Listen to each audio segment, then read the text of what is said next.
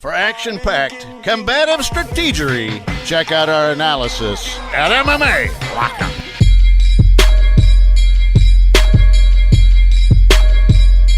Welcome back to the show, folks. I'm Chris Matthews. Make sure you check out the website, MMALockup.com, or also Facebook and Twitter at MMALockup. On the line, we have somebody we've had on the show before. He's represented by Impact Fight Management, that being the owner, Tom Cole, one of his representatives, somebody I know personally. David, tell us a little bit about what's going on in your world right now. You came off a win with Simeon Thorson. What's going on with you? Just training, getting ready for the next fight. I got July 6th in Las Vegas against Mike Pierce. It's going to be a big weekend in Vegas and a huge fight for me. And just getting excited, getting my training dialed in and all that good stuff. For those who aren't familiar with you, how did you get involved in the sport of MMA? I used to be into some traditional martial arts. I got really into lift weights and get fit, and just actually saw it on TV and said I could do that. I teach Chuck Liddell knockout short. He said, I think I could do that. Do it. So I moved down to Santa Rosa and hooked up with Dave Terrell in 2005. And, we've been training together. He's training me ever since. And, good things happened. Won 11 fights in a row, and then got recruited to the UFC. You're taking on Mike Pierce at UFC 162. Tell us a little bit about your opponent. Oh, he's a real tough guy. Maybe a little bit, not much surprise with him. Just a straight push-forward wrestler, high-level wrestler. So he likes to throw big overhand rights and stuff, too. But he's just a grinder, kind of maybe like a bitch, like a John Fitch, just on you all the time. And excellent fighter. I mean, we only lost 3 fights in the UFC that, you go back and watch those fights. I don't even think he lost any of them. But, a couple split decisions, and he's right there with the best guys in the world. So it's a big step up for me and an opportunity to show that I got skills too. We're talking to David Mitchell, UFC fighter, going to be taking on Mike Pierce at UFC 162. David, what have you done to prepare for Mike Pierce? Working on my wrestling defense and my ground game, and a lot of work with my boxing coach Raul. Just working on my hands, getting ready to get out there, trying to touch his chin, put him down. Who have you brought in to mimic your opponent? I've been working with some guys down in Vallejo. This guy Shay, he's a great boxer, and he's been kind of doing the Mike Pierce for me, and going down there tonight to get some rounds in with him, and just all the guys at NorCal Fighting Alliance, Dominic Waters, and Colin Hart. Some of these guys have had some experience at the high level, and Dave Terrell and all the guys. We've just been working on it, but there's only one Mike Pierce, and we'll see what he's got on July 6th. What areas of David Mitchell's game do you feel will be problematic for Mike Pierce at UFC 162? I don't think he's got much jiu-jitsu to speak of. You don't really see him doing much on top, except pretty slow and trying to throw punches. And I think my guard might be problematic for him. And also, I got a lot of reach on the guy, so like I said, I'm just going to try to touch his chin. Besides your takedown defense, what are some areas of Mike Pierce's game that you've put major emphasis on in your preparation with your bout with him? Definitely conditioning. The guy comes in and grinds it out. Been pretty good. He always seems to be in good shape. So, the conditioning, the guard, takedown defense, and the boxing. I think that my boxing technique is much improved and is better than his. Let's talk a little bit about the following event that happened over the weekend. Cain Velasquez took on Antonio Bigfoot Silva. He looked phenomenal. David, do you think there is a heavyweight in the world that can take down Cain Velasquez at this moment? Boy, I don't know, man. These guys look pretty unstoppable. I think that there's a few guys out there, but not at this time.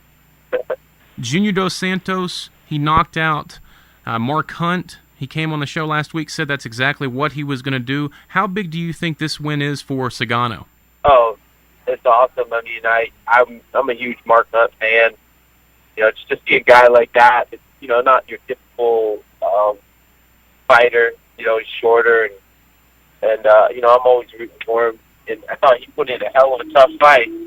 But Junior, yeah, I mean, he came over the top and not only won that fight, but, you know, finished it.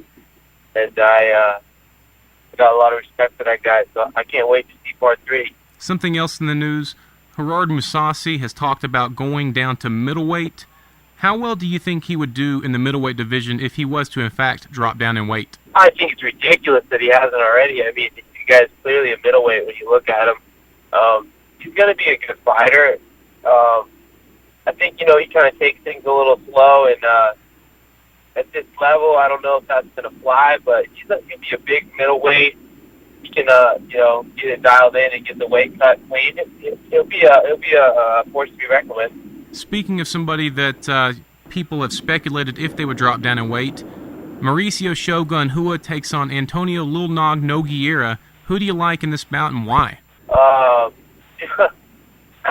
I think, you know, Shogun would probably be the favorite. And, you know, if I was a betting man, you're giving me equal odds, I'd take him. But I'm always kind of a underdog guy, and I really like the Nogueira brothers. Trained with the Little Nog one time. You know, I'll be rooting for him. Tell us a little bit about what you learned in training with one of the Nogueira brothers.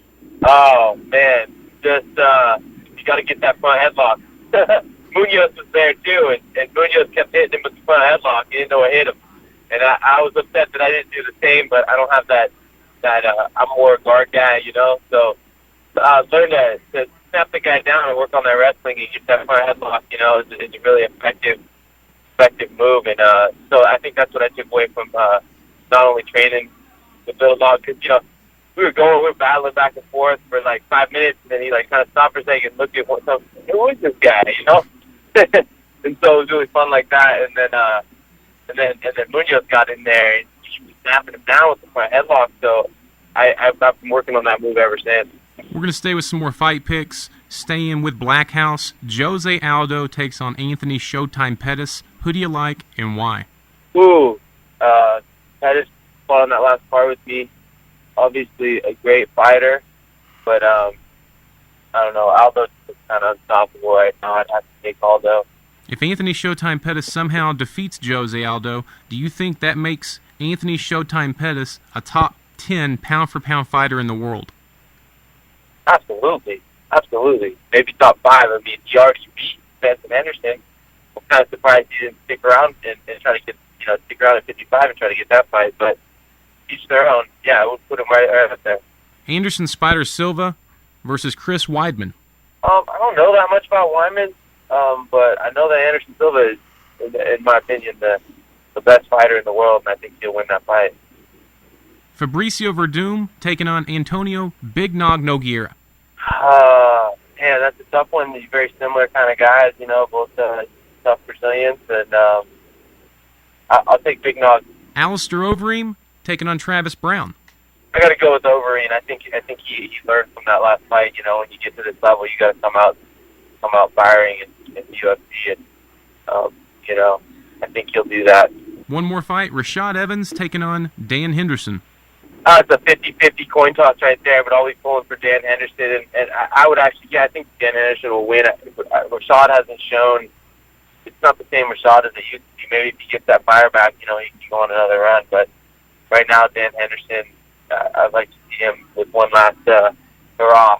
David, tell me your MMA lockup guarantee with your bout against Mike Pierce at UFC 162. KO, David Mitchell wins first round. It's David Mitchell. He takes on Mike Pierce at UFC 162. Check him out. And also check us out at MMALockup.com or also Facebook and Twitter at MMALockup. More to come when we get back.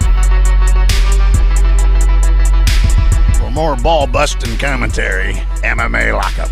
We bring the fight to you.